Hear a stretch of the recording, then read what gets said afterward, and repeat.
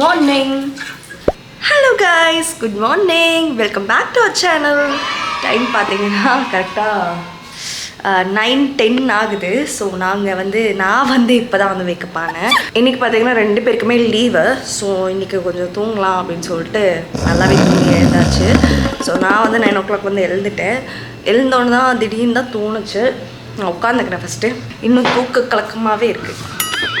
நான் வந்து எழுந்தோன்னு தான் வந்து தோணுச்சு.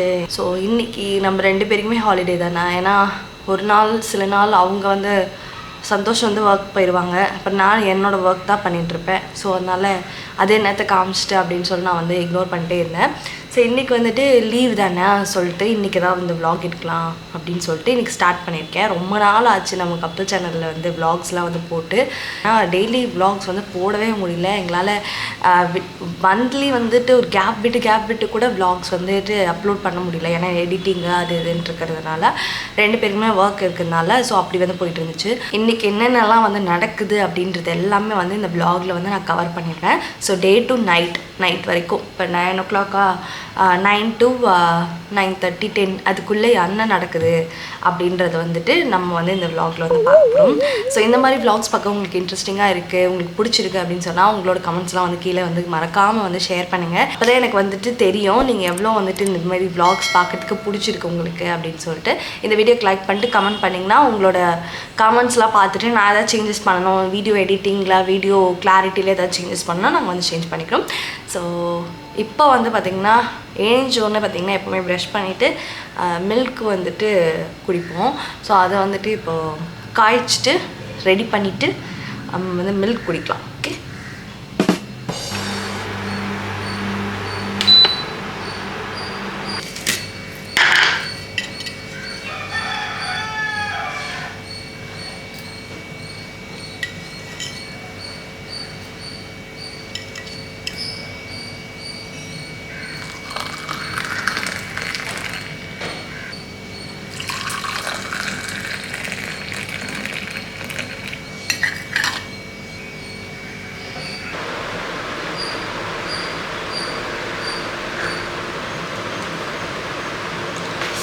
ஸோ இந்த மாதிரி லீவ் டேஸ்னால் நைட்டே வந்து சந்தோஷம் வந்து ரெசிபிலாம் வந்து சொல்லிடுவாங்க.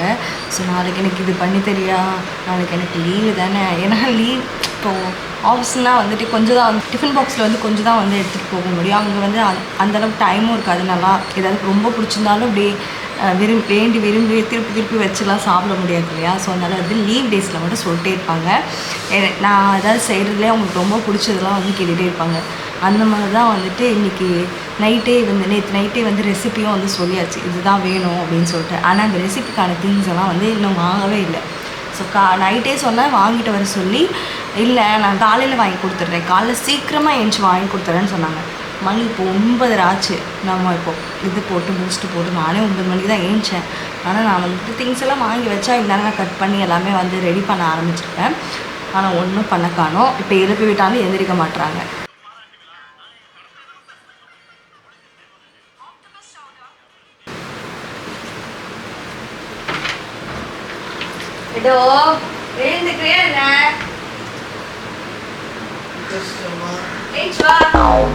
நைட்டே திங்ஸ் வாங்க சொன்னால அதுவும் வாங்கி கொடுக்கல.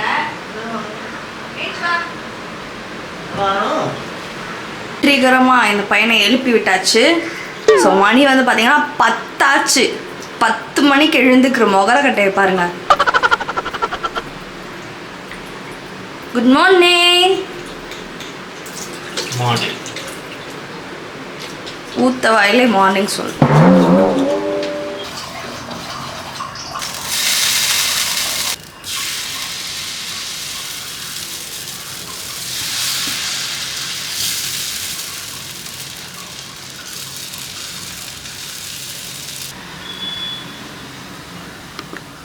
ஸோ எஸ் கைஸ் பால்லாம் வந்து குடிச்சாச்சு 2 பேருமே. ஸோ அவங்களும் வந்து குடிச்சிட்டு இப்போ வந்து நான் வந்து கடைக்கு அனுப்பிச்சிருக்கேன். ஸோ சில திங்ஸ்லாம் வந்து வாங்கணும்னு சொல்லியிருந்தேன்ல, இந்த வெங்காயம், அப்புறம் வந்து கருவேப்பிலை, அப்புறம் வந்துட்டு இளநீ வந்துட்டு வாங்கிட்டு வர சொல்லியிருந்தேன். இளநீ வந்துட்டு ரொம்ப வந்து நாங்கள் இவங்க லீவ் டைமில் இருந்தால் கண்டிப்பாக வந்து இளநீ வந்து குடிச்சிடுவோம்.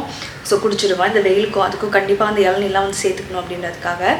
ஸோ இப்போ வந்து நான் அந்த கேப்பில் வந்து தோசை வந்து சுட்டுற போகிறேன். அவங்க ஸ்ட்ரெயிட்டாக வந்து நான் ஆஃப்டர்நூனுக்கே வந்து சாப்பிட்டுக்கிறேன். ஏன்னா அவங்க லேட்டாக தான் இப்போ பால் குடித்தாங்க. ஆல்மோஸ்ட் இப்போ ஒரு 10:30 பக்கமாக ஆகிடுச்சு. 10 o'clock வந்து எழுந்து.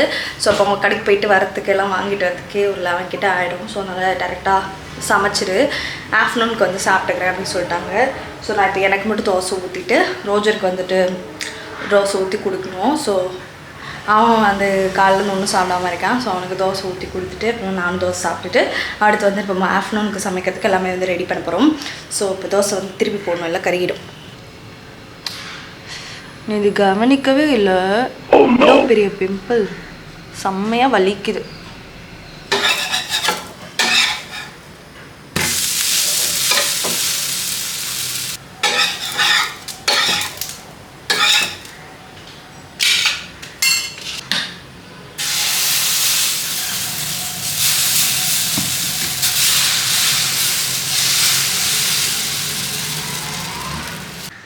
ஸோ கைஸ் எல்லா திங்ஸுமே வந்து வாங்கிட்டு வந்துட்டாங்க. அதேமாதிரி இளநியும் வந்து வாங்கிட்டு வந்துட்டாங்க. ஸோ நான் இப்போ வந்து சாப்பிட போகிறேன். ஸோ சாப்பிட்டுட்டு வந்து மீட் பண்ணுறேன்.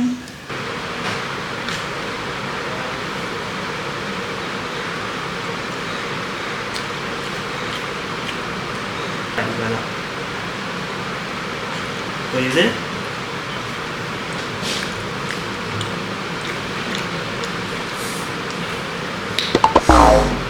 சரி வேறண்ணா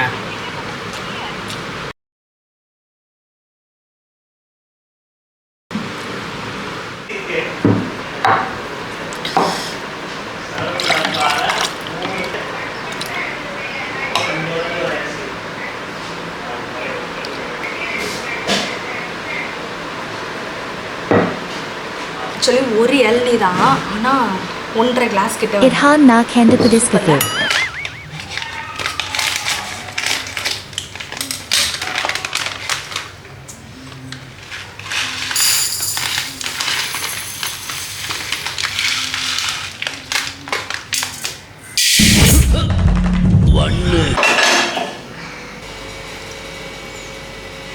என்ன இது? ஆயில்.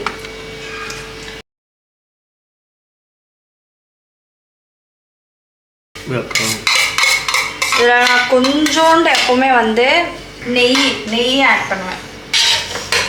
நல்லா வாசனையா. பிரியாணி இலை, பட்டை, கிராம்பு, இந்த விஷயங்கள் பிரியாணிக்கு தேவையான விஷயங்கள். ஸோ அதெல்லாம் ஆட் பண்ணிவிட்டு அது போக ஒரு குட்டியாக ஒரு ஏலக்காய் அது ஆட் பண்ணிவிட்டு கொஞ்சோண்டு வந்து சோம்பு வந்து ஆட் பண்ணணும். இப்படி மலைச்சாரல் மாதிரி இப்படி தூவிடணும். வந்து பாரு, பார்க்க இல்லை பொரியுதா, அந்த மாதிரி பொரிஞ்சிடும். ஸோ இந்த டைமில் நான் வந்து 3 வெங்காயம் என் கையால் நறுக்கிட்டேன், யாரோட ஹெல்ப்பும் இல்லாமல். அந்த 3 வெங்காயத்தை எடுத்து இதுக்குள்ளே வந்து இப்போ சேர்க்க போகிறோம். ஒருத்தரும் ஹெல்ப் பண்ணல எனக்கு. நான் வந்து வெங்காயம் வெட்ட கூப்பிடும் போது ஓடி போய் பாத்ரூம்குள்ளே மூடிட்டு உட்காந்து ரீல்ஸ் பார்த்துட்டு இருந்தாங்க. அப்படிப்பட்ட மனுஷன் தான் எனக்கு பின்னாடி இருக்காங்க, உங்களுக்கு கேமரா பிடிச்சிட்டு இருக்காங்க. ஸோ இப்போ நம்ம எடுத்து வெங்காயத்தை ஆட் பண்ணிடலாம்.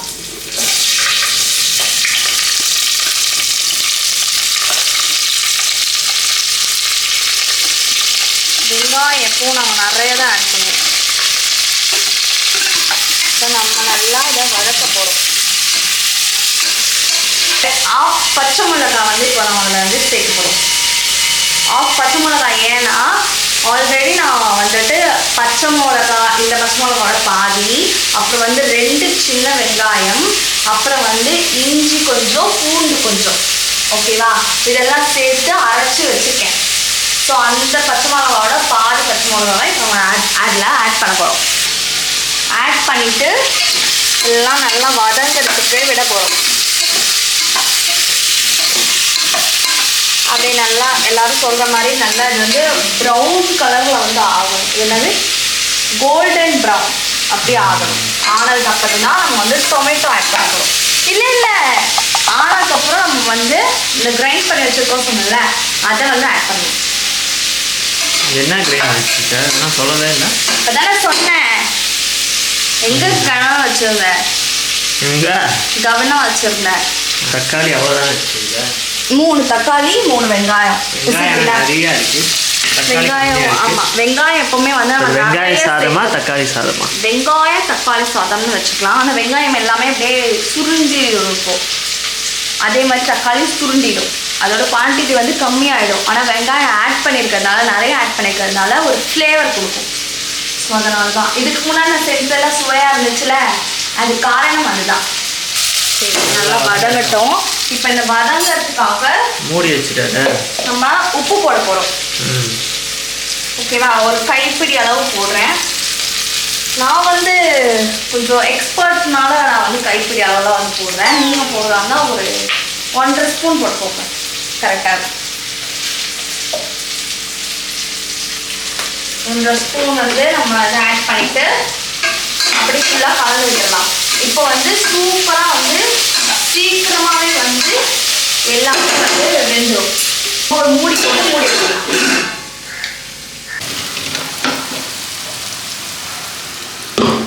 கைஸ், இப்படி கருகிறதுக்கு நான் காரணம் இல்லை, இவன் தான் காரணம். நான் வந்து இது வந்து கருகிடுச்சு, அங்கங்கே லைட்டாக கருகிடுச்சு. அதை மட்டும் அட்ஜஸ்ட் பண்ணிக்கோங்க.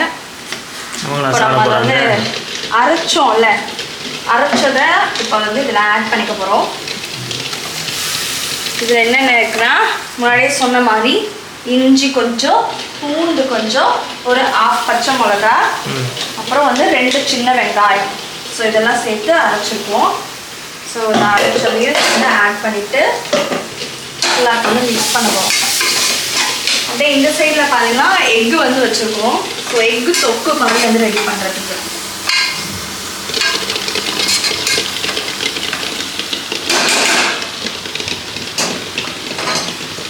இதில் பார்த்தீங்கன்னா கொஞ்சம் இந்த ரா ஸ்மெல்லாம் வந்து போனதுக்கப்புறம் இதில் வந்து 3 தக்காளி வந்து கட் பண்ணி வச்சுருக்கேன். நானே என் கையால் கட் பண்ணி வச்சுருக்கேன். Note this. அந்த தக்காளியை இதுக்குள்ளே வந்து போட போகிறேன்.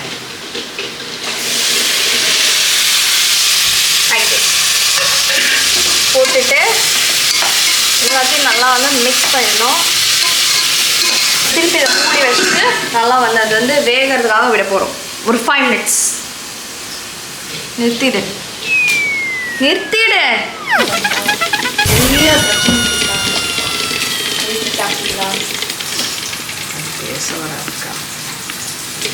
பாருங்க எப்படி கருக்கி வச்சிருக்காங்க. இருக்கிறதெல்லாம் இந்த பிளேட்டில் மாற்றி வச்சுருக்கோம். ஓரளவுக்கு நல்லா இருக்குது. அது போக இப்போ எக்ஸ்ட்ரா செஞ்சுக்கிட்டு இருக்கோம்.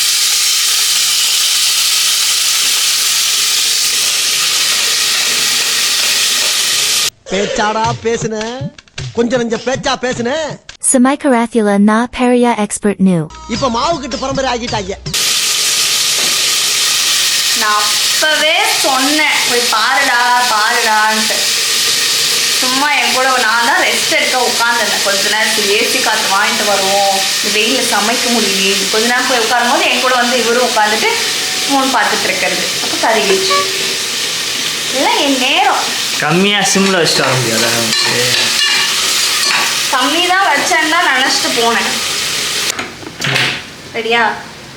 இப்போ நம்ம வந்து அந்த குக்கரை வந்து போட்டாச்சு. போட்டுட்டு இப்போ வேறு குக்கரில் அந்த கொஞ்சம் கருகாமல் இருக்கிறது மட்டும் அப்படியே மேலாக்க அப்படியே தூக்கி கொஞ்சம் வந்து வெங்காயம் தக்காளி வந்து ஆட் பண்ணி சேர்த்தாப்பில் வந்து போட்டு எல்லாமே வதங்கிடுச்சு. ஸோ இந்த டைமில் வந்து நம்ம மசாலாஸ் வந்து ஆட் பண்ண போகிறோம்.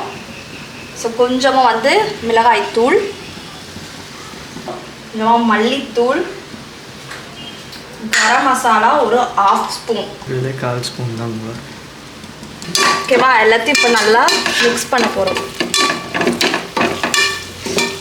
அப்படி பார்க்கவே நல்லா கலர்ஃபுல்லாக இருக்கு பாருங்க, கருகுன கலர்ஃபுல். கொஞ்சமாக வந்து புதினா ஆட் பண்ணுறோம்.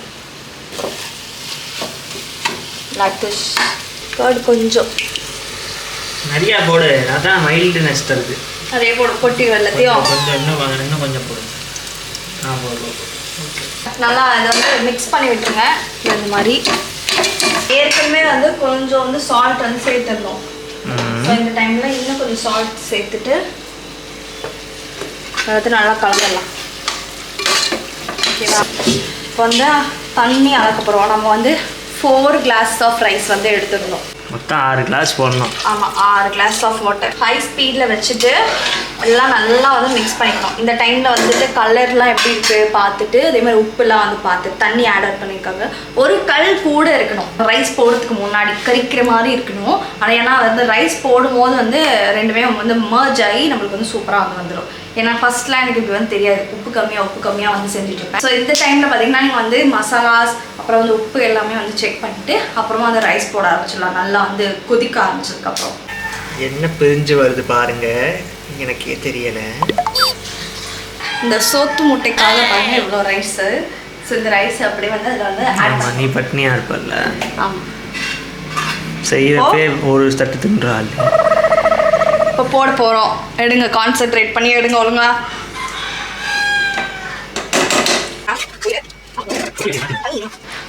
இப்போ ஒரு வாட்டி உப்பு காரம் பார்த்துட்டு ஏதோ இருக்கு என்ன. Okay, I'm going to close this. ஸ்பீடில் வச்சுட்டு கரெக்டாக ஒரு விசில். வந்தப்பறம் தான் நீ விசில் விட்டு. இல்லை ஒரு விசில். ஓகே காய்ஸ், நம்மளோட சூப்பராக வந்து ரெடி ஆயிடுச்சு. சூப்பராக ரெடி ஆயிடுச்சு. பார்க்க நல்லா இருக்கு. சாப்பிட்டு பார்த்தா தான் எப்படி இருக்குன்னு தெரியும். டேஸ்ட் எல்லாம் தெரியல, நான் பார்க்க நல்லா ஜூஸியாக தான் இருக்கு. சரி நீ பாரு. நீ வந்து நான் இங்கே வந்து உருளைக்கிழங்கு ஃப்ரை பண்ண போகிறேன் எடுத்து. இது முட்டை தொக்கு காட்டு. முட்டை தொக்கு. இதில் வந்து உருளைக்கிழங்கு வந்து இப்போ ரெடி பண்ண போகிறாங்க. இதெல்லாம் ஏதோ டேஸ்ட் பண்ணி இப்போ அடுத்து மயக்கம் போடுறாளா இருக்காளான்றதை டெஸ்ட் பண்ணலாம்.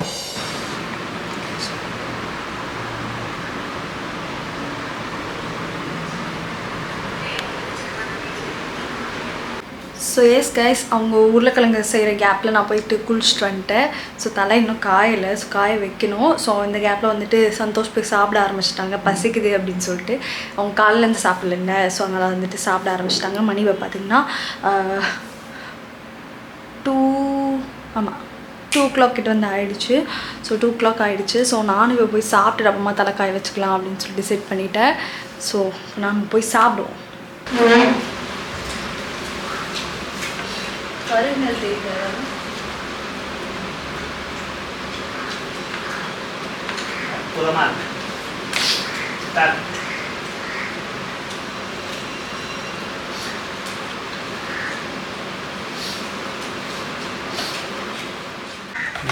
இந்த ப்ரில்ல கொஞ்சம் நல்லா பிரித்து ஊற்றினேன் இருக்கிறதெல்லாம். தெரியல.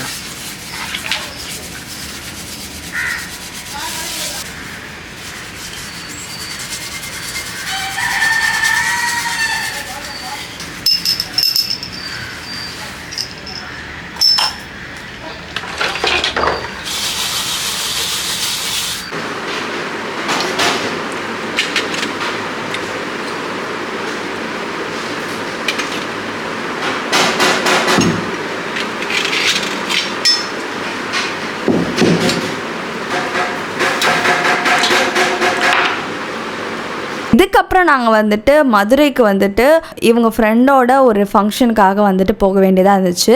ஸோ அதுக்காக எல்லாமே வந்து பேக்கிங்லாம் வந்து பண்ணிகிட்டு இருந்தோம். போகிற அன்றைக்கி தான் வந்து வாங்கின பேக்கே வந்து புதுசாக வந்து ஓப்பன் பண்ணி அது எல்லாத்தையும் வந்து அடுக்கி வச்சுக்கிட்டு இருந்தோம். ஸோ இந்த வேலைலாம் தான் வந்துட்டு 7 மணிக்கு அப்புறம் வந்து போயிட்டு இருந்துச்சு. எல்லாமே வந்து என்னென்ன வேணுன்றதெல்லாம் எடுத்து வைக்கிறது, அப்புறம் நாங்கள் கிளம்புறது எல்லாமே. ஸோ அதெல்லாம் வந்துட்டு கேப்சர் பண்ண முடியல. ஸோ இதுக்கப்புறம் பார்த்திங்கன்னா வர வீடியோஸ் எல்லாமே மதுரையில் இருந்த எங்களோட டேஸ், அப்புறம் வந்து அங்கே வந்து ஃபங்க்ஷனுக்கு வந்து போனது, அப்போ என்னென்னலாம் வந்து நடந்துச்சு, இந்த மாதிரி எல்லாமே வந்துட்டு நெக்ஸ்ட் vlogல வந்து வரும். பேக்கிங் முடிச்சதுக்கப்புறம் நாங்கள் கொஞ்ச நேரத்தில் வந்து ரெடி ஆகிட்டு நாங்கள் வந்துட்டு ஸ்டேஷன் வந்து போயிட்டோம். ஸோ மதுரையில் நடந்த இன்ட்ரெஸ்டிங்கான விஷயங்கள்லாம் நம்மளோட அடுத்த vlogsல வரப்போகுது. அதை நீங்கள் மிஸ் பண்ணால் பார்க்கணுன்னா கண்டிப்பாக நம்ம சேனல் சப்ஸ்கிரைப் பண்ணிக்கோங்க, பெல் ஐக்கானே கிளிக் பண்ணிக்கோங்க. ஸோ நீங்கள் இதுக்கு முன்னாடி மதுரை போயிருக்கீங்களா, உங்களோட எக்ஸ்பீரியன்ஸ் என்னன்றதை கமெண்ட் செக்ஷனில் சொல்லுங்கள்.